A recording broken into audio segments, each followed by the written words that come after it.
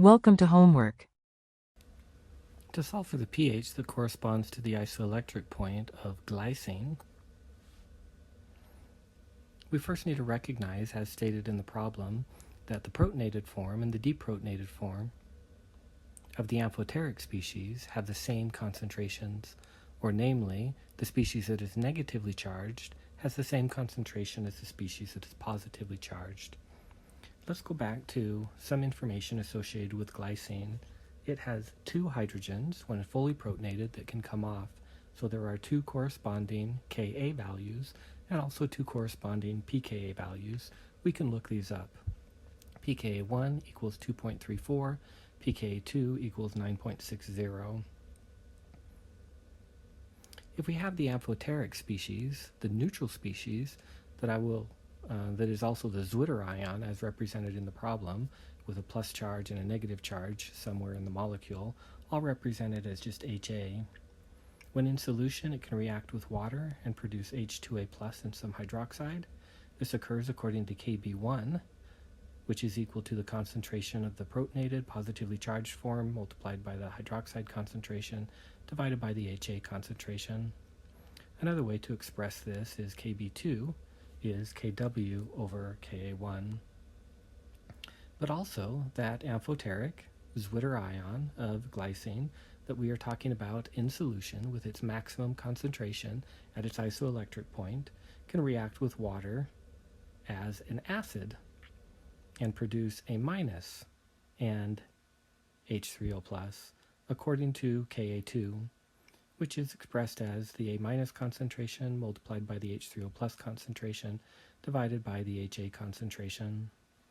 If we take these two expressions and we divide them, we have Ka2 up top and Kb2 down below, but Kb2 is going to be Kw over Ka1.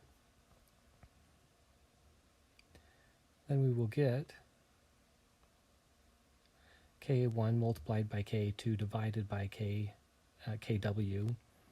This, of course, is what we get when we take Ka2 and we divide by this. Kw goes down below, Ka1 comes up.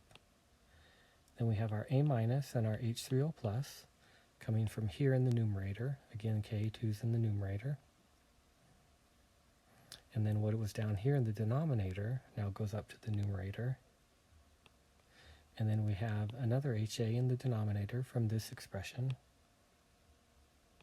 And then we have these two species that were in the numerator that are now in the denominator. But remember that hydroxide is equal to Kw divided by hydronium. So if we put Kw divided by hydronium down here, then the hydronium ends up going up top. Now we see that Kw's will cancel. We see that we have HAs that will cancel. And remember that if we're solving for the hydronium concentration that corresponds to the isoelectric point, then these two concentrations are equal as defined in the problem. So those two concentrations will cancel because they will be equal to each other. And we get a simple expression that the hydronium concentration corresponding to the isoelectric point squared will be equal to Ka1 multiplied by Ka2.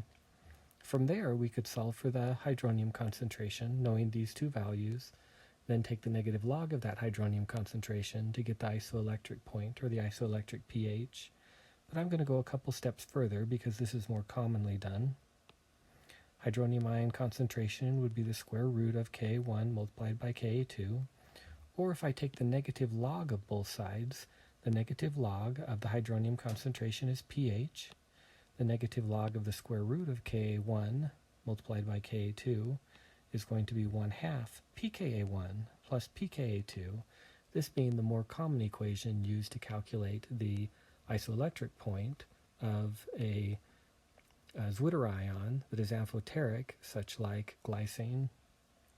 So now I can solve for the pH that corresponds to the isoelectric point by taking 1/2 2.34 plus 9.60, and I get 5.97 as the isoelectric point of glycine.